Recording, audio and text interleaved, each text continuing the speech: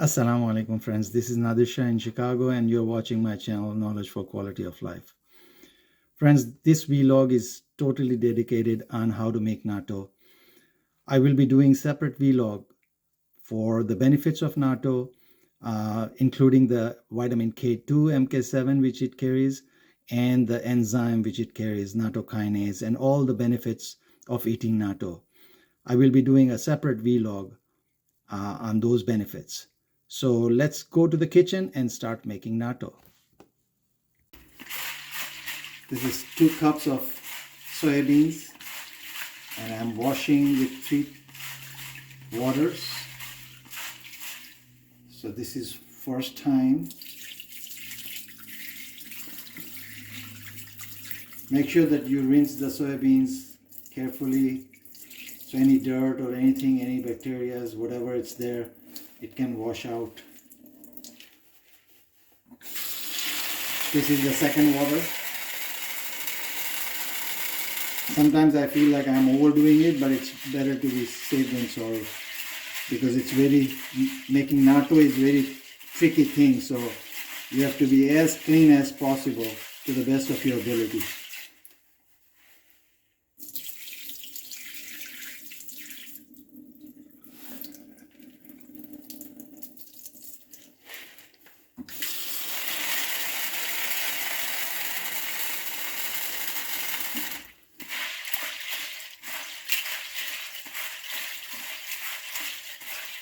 This is the final rinse.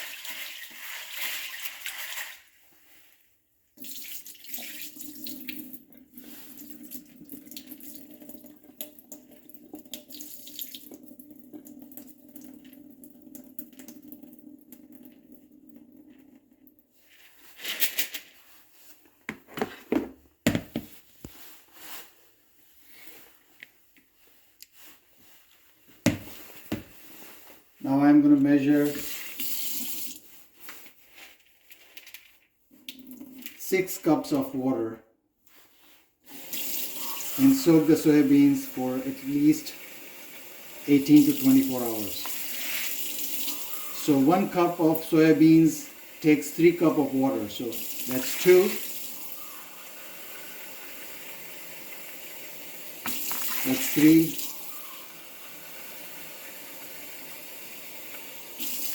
That's 4. That's 5.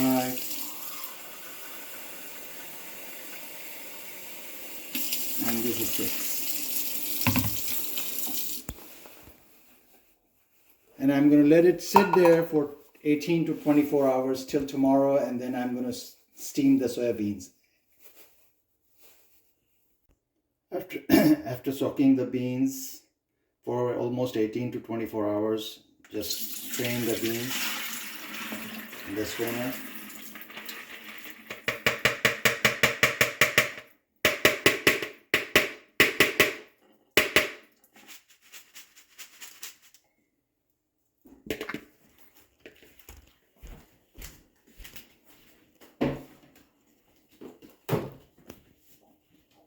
Measure about 2 cups of water.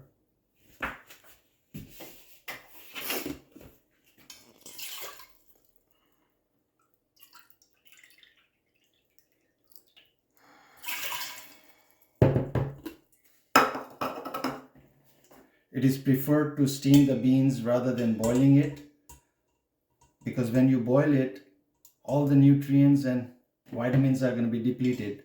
So it's ideal to steam the beans. We are going to put in the Instapot.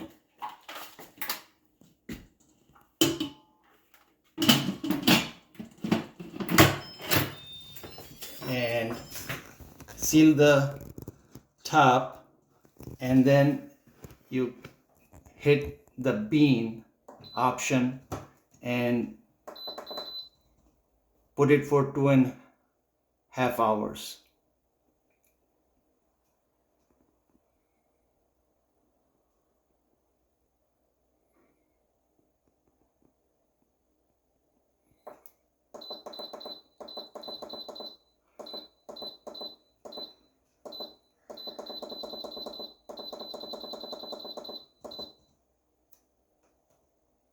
That's it.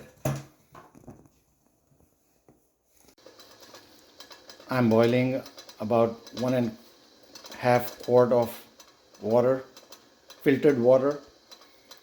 I'm boiling it. You can actually take any water. It doesn't have to be filtered water. But the water which you put, just like I did in 2 cups measurement for steaming the beans, it has to be filtered water preferably. But this water can be a tap water because you are boiling it, and you know all the germs and everything is going to be killed anyways.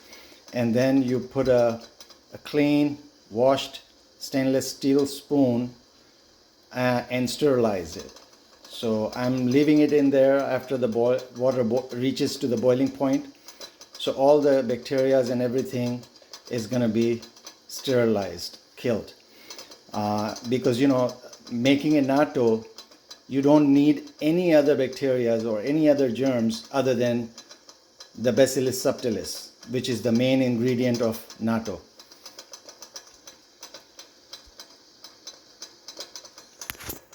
So once it's been boiling for a few minutes, and then I'm going to take this spoon and place it in my tray setup.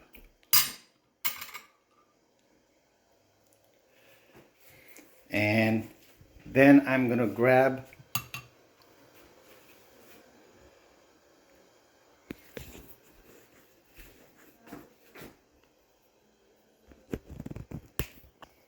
since I'm doing it with one hand, so I'm going to leave it here.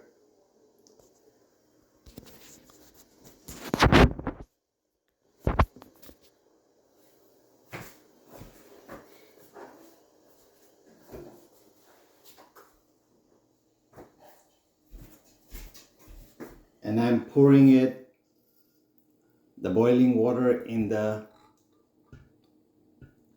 tray, Pyrex tray. So all the bacteria or any germs present in the Pyrex tray be killed.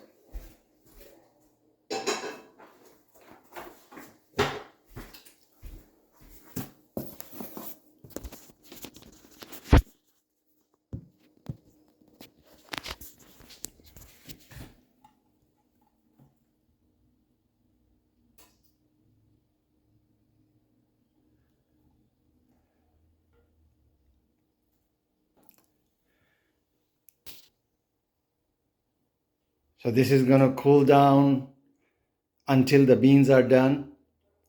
You see all right, after the 2.5 hour, let it come down after the natural release of Instapot. So I'm going to open this Instapot and bring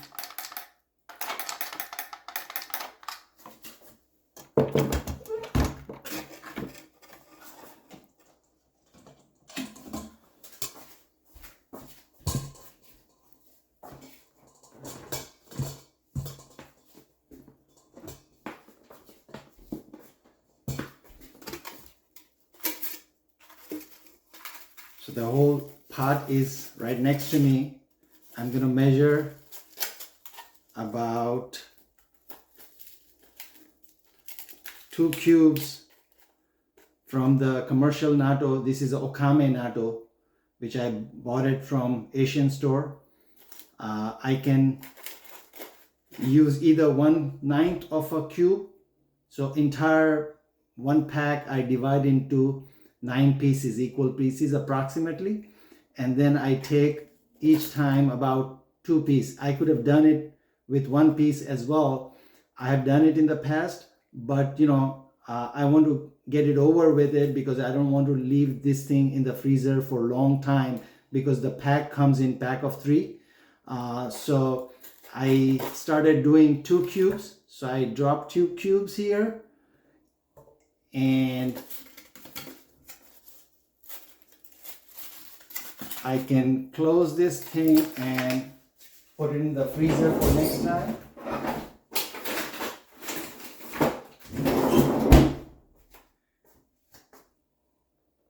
And I'm going to take these beans and toss it into the tray on top of the frozen commercial natto as my starter. So that's my starter, and now let it thaw for a while, and I'm going to add a couple of spoons of liquid, approximately 3 tablespoons of the liquid. Remember that this liquid, I use the distilled water of 2 cups during the steaming process.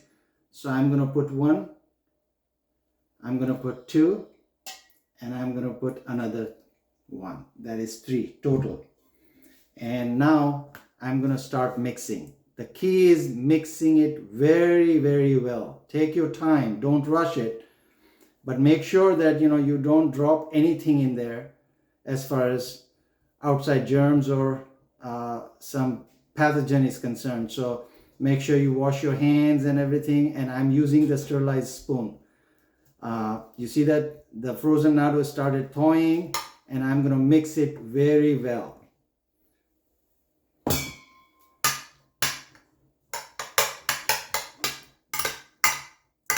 Just be patient in mixing very well, because you want to make sure that each and every bean is touched by that starter, because this spoon is completely touching the starter, so it has a lot of bacteria attached to it. So I'm going to just make sure that everything is well mixed. The better you mix, your fermentation is going to be pretty darn good.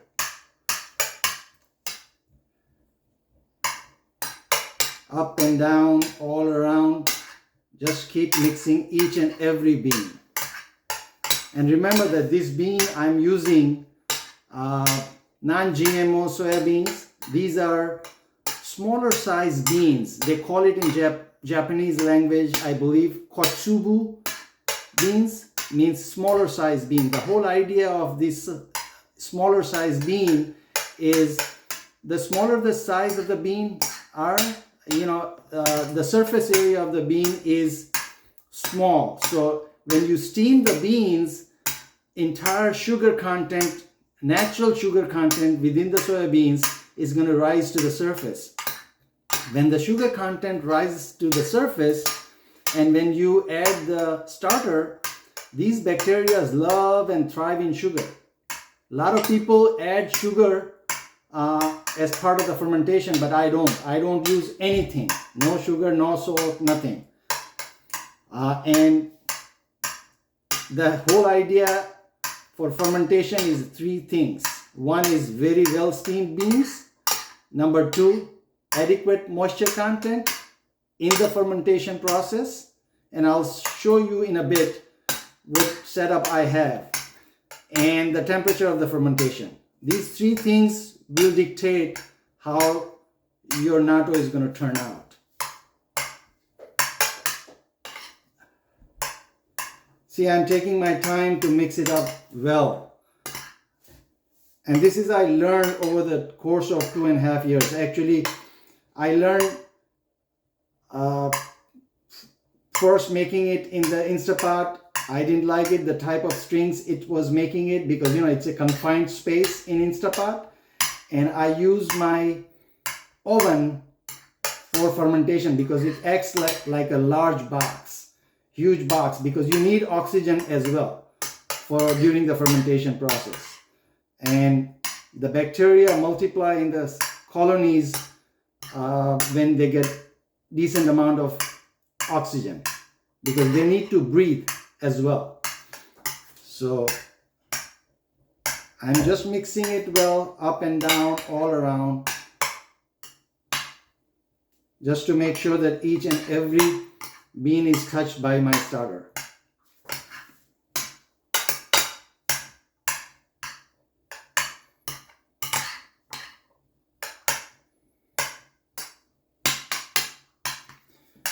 I know it's a tedious process, but these 2 cups last me about 2 weeks.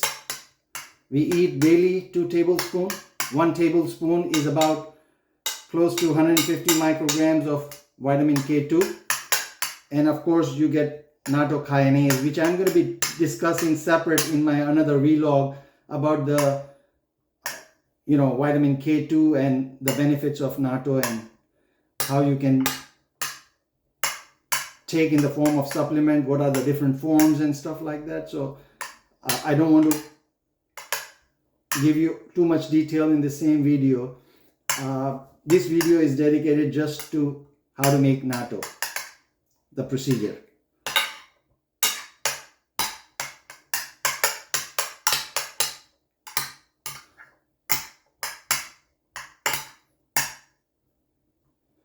I think I'm pretty much done mixing. Now I'm going to level it a little bit.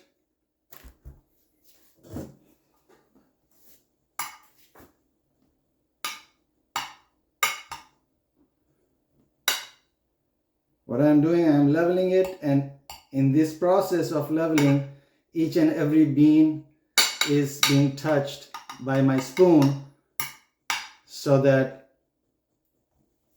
the starter is getting to the surface of the bean as well.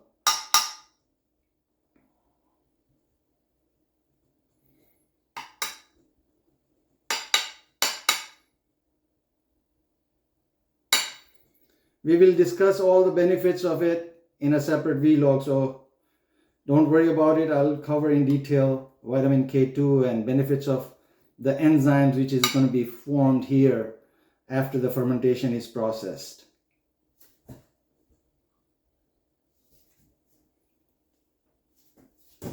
Now I'm going to use the saran wrap and cover the first layer .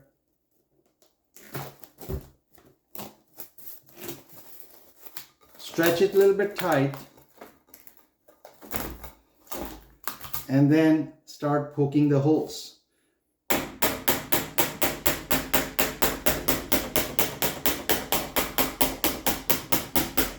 These holes I am making so that it can get the oxygen and natto can breathe during the fermentation process.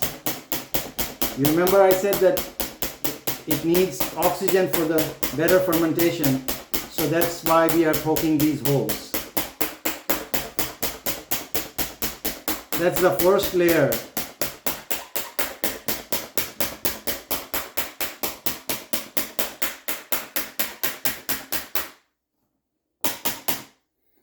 Now I'm going to take a little bit this and depress this first layer of saran wrap and cover the natto.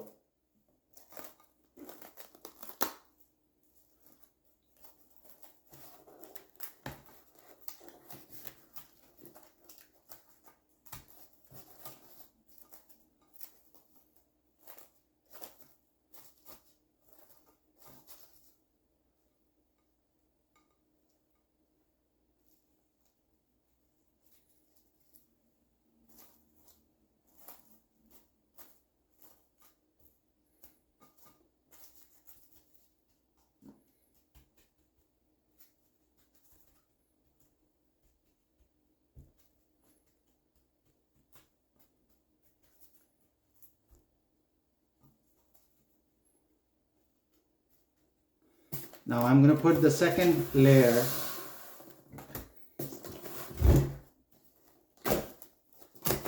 and stretch it.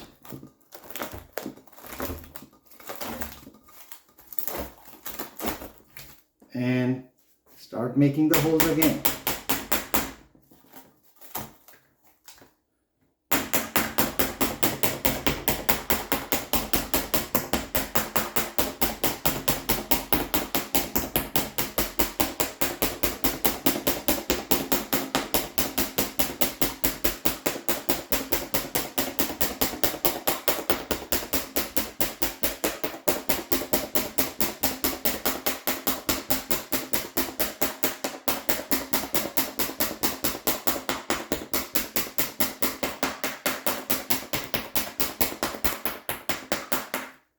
Now tuck this in a little bit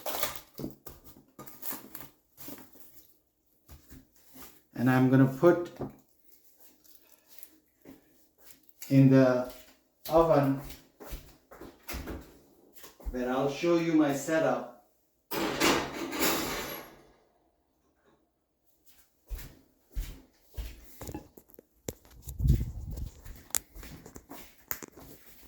You see this setup. This is my inside oven. I'm not using any temperature control for the oven. At the bottom you see that my lamp I've attached to the frame, and the light is pointing towards the 𝗨𝗏. In between the 𝗨𝗏 tray and the bulb, I have this water-filled tray, which is going to produce humidity a little bit because the heat is directly coming partly on that water, and the temperature is set up at 100 degrees. So you have to be around 99 to 108 when you are making a 𝗨𝗏, and that's the temperature it thrives. But during the process, it generates heat as well, because 𝗨𝗏 making is a endothermic process, and 𝗨𝗏 is going to generate heat after about 12 to 13 hours of fermentation time. So you have to make sure that, you know, they say that normally you need 24 hours for the fermentation, but you know, I've been doing it for 20 hours and it turns out perfectly fine. So tomorrow I'm going to come up and check it out after the fermentation, and we'll see. It's almost 20 hours for the fermentation, and you see the temperature is showing inside the oven 104.2 Fahrenheit, which is perfectly fine, because you can ferment the 𝗨𝗏 anywhere between 98 to 108. That's the ideal temperature, because as I said earlier, that it's an endothermic reaction during the fermentation. So the temperature would reach as high as 113 or 114 or so, and then it will come down nicely. So I'm going to take it out.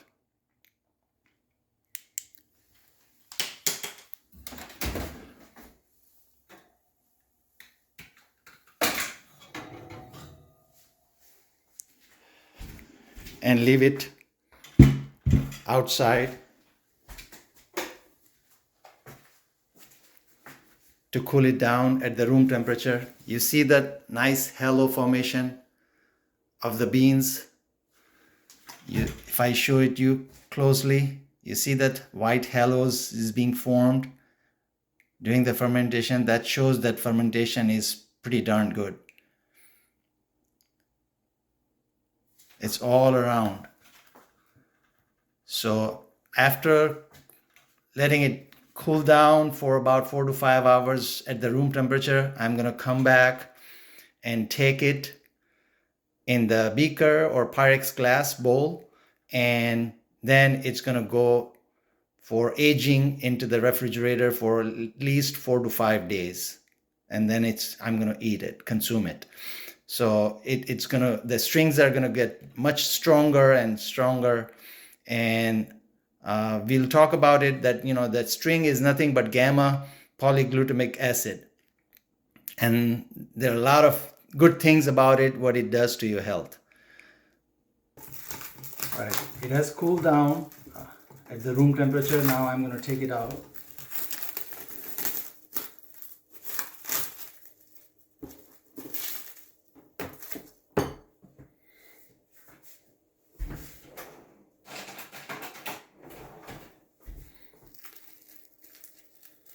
Yeah, you have to look at the strings, how these strings are pulling out. A lot of strings. See how gooey stuff this thing is.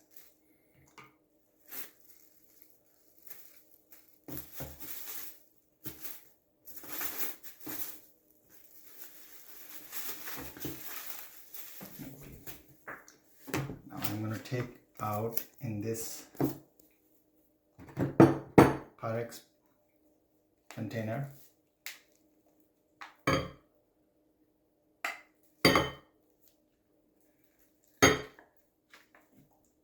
it gives me so much resistance to take it out because of the strings.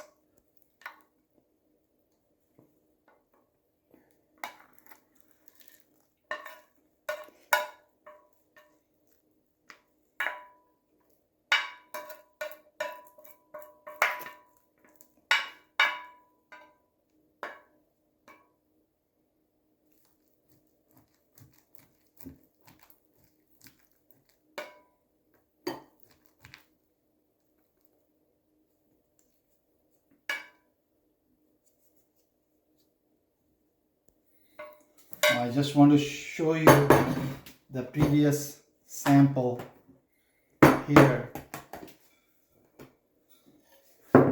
This is the last serving size from the previous aged natto.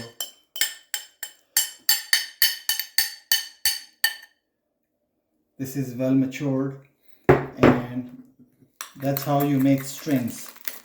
First, you mix it well.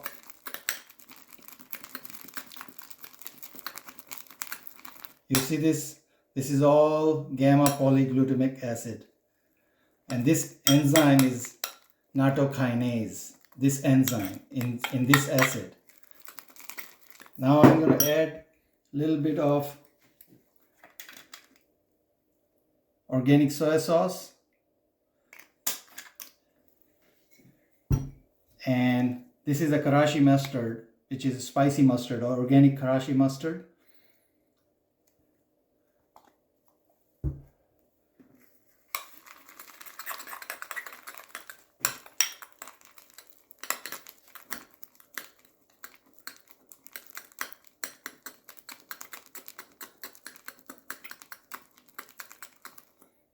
Look at the strings.